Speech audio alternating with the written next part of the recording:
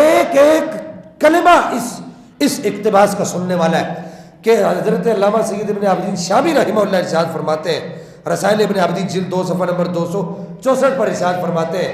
کہ کہتے ہیں کہ نبی پاک صلی اللہ تعالی علیہ وبارک وسلم کی خلافت کے منصب پر صحابہ کرام نے جس کو بھی اللہ کے حکم سے بٹھایا ہے، یہ جملہ سننے والا ہے، اللہ کے حکم سے بٹھایا. کہا کیوں؟ اس عقدے کو حل کس نے کیا کہ اللہ کے حکم سے کیسے بٹھایا؟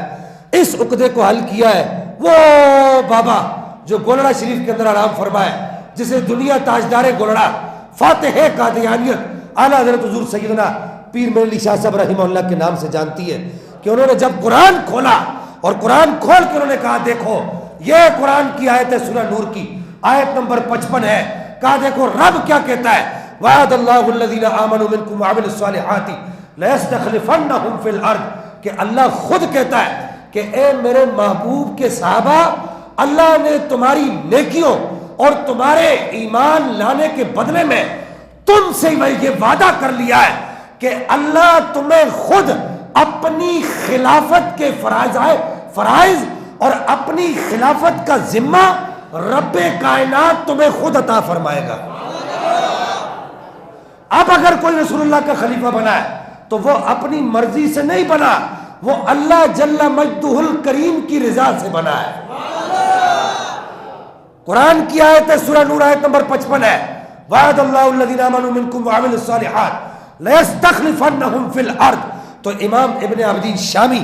علامہ ابن عابدین شامی رحمہ اللہ ارشاد فرماتے ہیں کہ جس کو بھی صحابہ کرام نے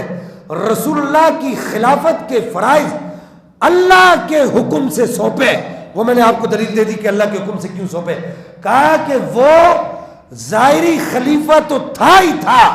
اس کے ساتھ ساتھ وہ رسول اللہ کے باطنی خلیفہ بھی تھے. جناب سیدنا ابوبکر صدیق بھی رسول اللہ کے باطنی خلیفہ، جناب سیدنا عمر فاروق بھی رسول اللہ کے باطنی خلیفہ، جناب سیدنا عثمان غنی بھی رسول اللہ کے، بولو کون باطنی؟ مولا مرتضیٰ کرم اللہ تعالی الکریم بھی رسول اللہ کے باطنی خلیفہ ہے. بلکہ یہاں پر میں آپ کو ایک حوالہ دے کے بات کو ختم کرنا چاہوں گا. شیخ محی الدین ابن عربی رحمہ اللہ، ان کا تعارف میں بار بار پیش نہیں کروں گا، آپ کو اکثر پیش کرتا رہتا ہوں. شیخ محی الدین ابن عربی رحمہ اللہ کے حوالے سے سید عبد الوہاب شعرانی رحمہ اللہ، یہ بھی آل نبی اولاد علی ہے، اپنی کتاب الیواقیت والجواہر فی بیان عقائد الاکابر جلد نمبر 2 صفحہ نمبر 340 پر اس بات کو لکھتے ہیں کہ وہ فرماتے ہیں کہ پوری کائنات کے اندر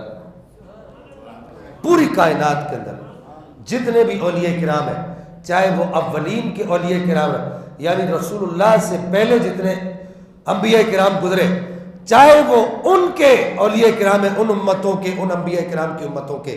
چاہے وہ رسول اللہ کے آنے کے بعد کے اولیاء کرام ہیں،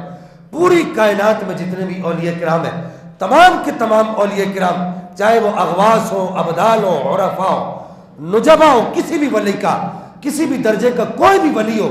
پوری کائنات کے اولیاء آدم علیہ السلام سے لے کے قیامت تک